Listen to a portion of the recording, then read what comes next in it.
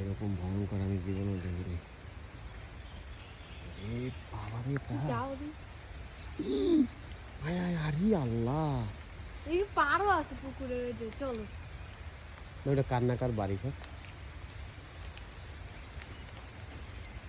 পুরো একটা মানে, হ্যাঁ